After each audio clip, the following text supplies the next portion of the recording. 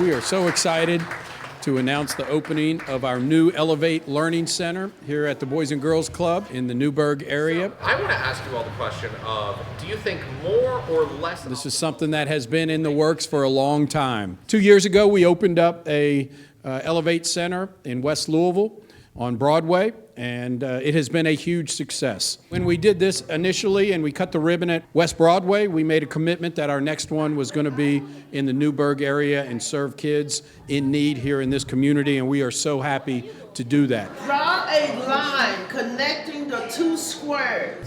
Our motto is amazing. It is elevate your mind, possibilities, and potential.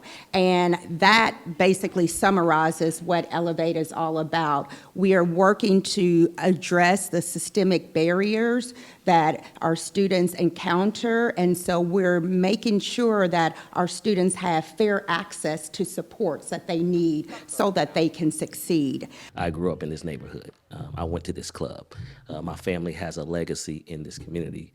And, you know, to Dr. Polio's point, this is a shining example of how a major youth-serving organization and a school district come together and make intentional and strategic investment in the humanity and the potential of young people in this community, and I'm proud of that. So far, coming to Elev8, they helped me get a lot of my work done, catch up on some of my missing work in some of my classes, and improve on a lot of my stuff in school and learn new things. It's a safe place for him to come after school that I know I don't have to worry about him. He has a ride home. He's being fed. His grades are improving. He's more interested in his studies versus before he was really not. So I thank you all for him having the opportunity to be in this program.